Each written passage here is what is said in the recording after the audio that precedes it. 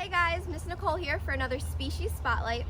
This week we're highlighting a species that you've probably seen all around your home before. It's the Spanish needle. So this is what it looks like.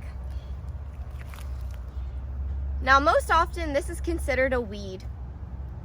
And here in the garden, we do consider it a weed. As you can tell, it's growing right in the middle of a bunch of other plants.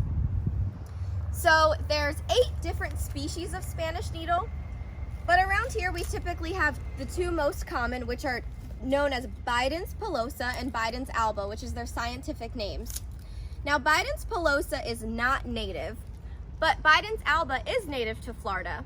But both species have kind of taken over plenty of other parts of the world. They're considered invasive in Europe, Asia, Australia, Africa, and many other places. And one reason that they are considered so invasive is because they're unwanted. They're not native, and they have these seeds. So they break apart, and they're really tiny, and they're sticky. So look, they stick to my shirt. And what happens is they can stick to your feet, your socks, your shoes, clothes, and as you walk, they start to fall, and that's how the seeds get spread. So often these seeds are spread by animals that pass by the plant. It sticks to their fur, and as they walk, they're dropping some of the seeds. What's also interesting is that they have these tiny little flowers that are very pretty, but even though they're invasive and mostly considered a weed, they are one of the most pollinated plants. So different pollinators like bees and butterflies will come to this type of flower. And again, as I said, that in the garden here, we don't want them because they are invasive.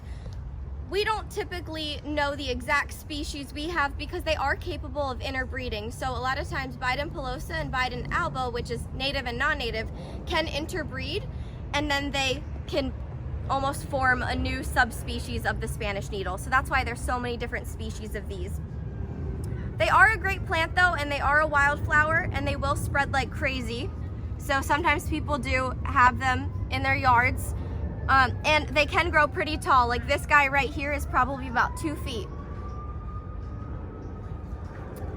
So if you want to come see a Spanish needle, come check us out here at the garden.